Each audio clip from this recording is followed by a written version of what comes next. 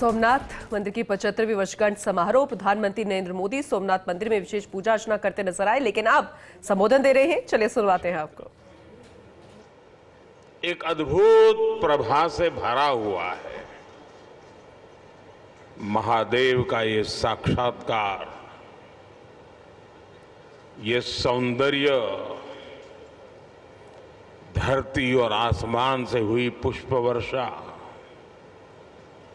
भगवा ध्वजों की ये आभा, कला, संगीत और नृत्य की अद्भुत प्रस्तुतियां, वेद मंत्रों का उच्चार,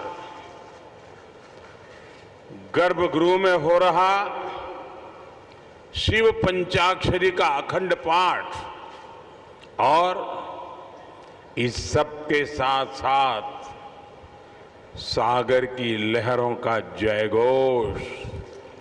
ऐसा लग रहा है जैसे ये सृष्टि एक साथ बोल रही है, जय सोमनाथ,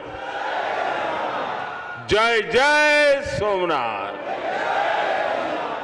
साथियों, समय खुद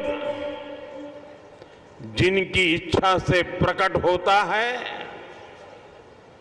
जो स्वयं कालातीत है, जो स्वयं काल स्वरूप है, आज उन देवादिदेव महादेव की विग्रह प्रतिष्ठा के हम 75 वर्ष मना रहे हैं। ये सृष्टि जिनसे सृजित होती है, जिनमें लय हो जाती है, यतो जायते पाल्यते येन विश्वम तमीशं भजे लीयते यत्र विश्वम। आज हम उनके धाम के पुनर्निर्माण का उत्सव मना रहे हैं, जो हलाहल को पीकर नीलकंठ हो गए, आज उन्हीं की शरण में सोमनाथ अमृत महोत्सव हो रहा है। ये सब भगवान सदाशिव की ही लीला है। साथियों, दादा सोमनाथ के अनन्य भक्त के रूप में मैं कितनी बार यहां आया हूं, कितनी ही बार उनके सामने नतमस्तक हुआ हूं, लेकिन आज जब मैं यहां आ रहा था तो समय की ये यात्रा एक सुखद अनुभूति दे रही थी।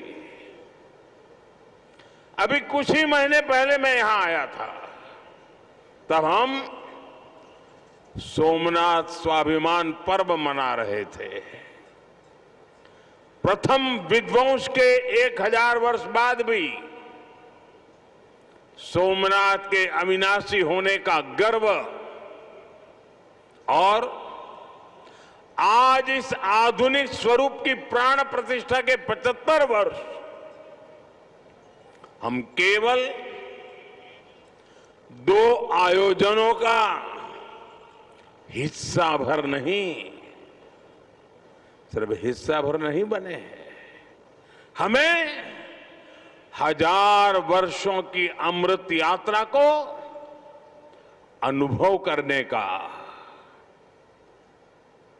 शिवजी ने मौका दिया है। साथियों, 75 साल पहले आज के ही दिन सोमनाथ मंदिर की पुनर्स्थापना ये कोई साधारण अवसर नहीं था। अगर 1947 में भारत आजाद हुआ था तो 1951 में सोमनाथ की प्राण प्रतिष्ठा ने भारत की स्वतंत्र चेतना का उद्घोष किया था। आजादी के समय सरदार साहब ने 500 से ज्यादा रियासतों को जोड़कर एक भारत का आधुनिक स्वरूप गढ़ा था। तो साथ ही सोमनाथ के पुनर्निर्माण से उन्होंने दुनिया को बताया था, भारत केवल आजाद नहीं हुआ है, भारत अपने प्राचीन गौरव को पुनः हासिल करने के मार्ग पर भी अब आगे बढ़ चुका है। साथियों, इसलिए आज इस अवसर पर मैं केवल 75 वर्षों की झांकी नहीं देख रहा हूं, मैं यहां देख रहा हूं विनाश में सृजन के संकल्प को, जिसे सोमनाथ ने चरितार्थ किया है। मैं यहां देख रहा हूं असत्य पर सत्य की विजय को, जिसे प्रभास पाटन ने बार बार जिया है। मैं यहां देख रहा हूं हजारों वर्षों की आध्यात्मिक चेतना को, जिसने मानव मात्र के कल्याण की सीख समूचे विश्व को दी है। मैं यहां देख रहा हूं भारत के उस अविनाशी स्वरूप को, जिसे सदियों के कुत्सित प्रयास भी न मिटा सके, न हरा सके।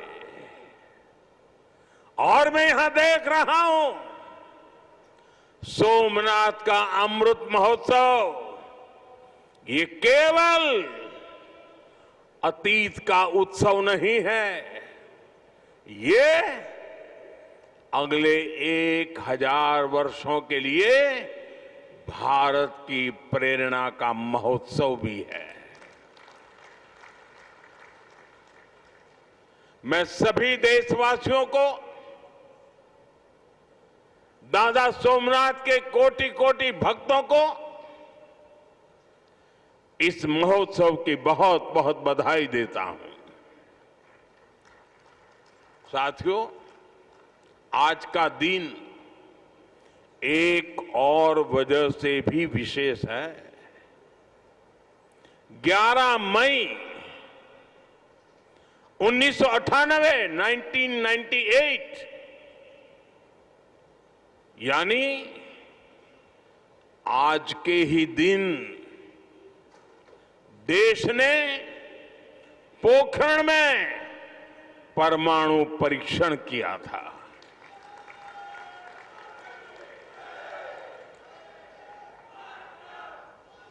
देश ने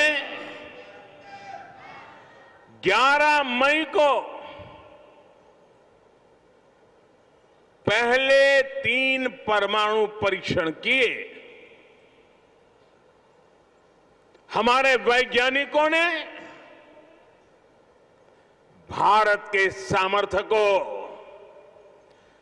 भारत की क्षमता को वैज्ञानिकों ने दुनिया के सामने रखा। दुनिया में तूफान आ गया। भारत, उसकी ये हैसियत, ये कौन होता है भारत जो परमाणु परीक्षण करे? और दुनिया की आंखें लाल हो गई। दुनिया भर की शक्तियां भारत को दबोचने के लिए मैदान में उतरी।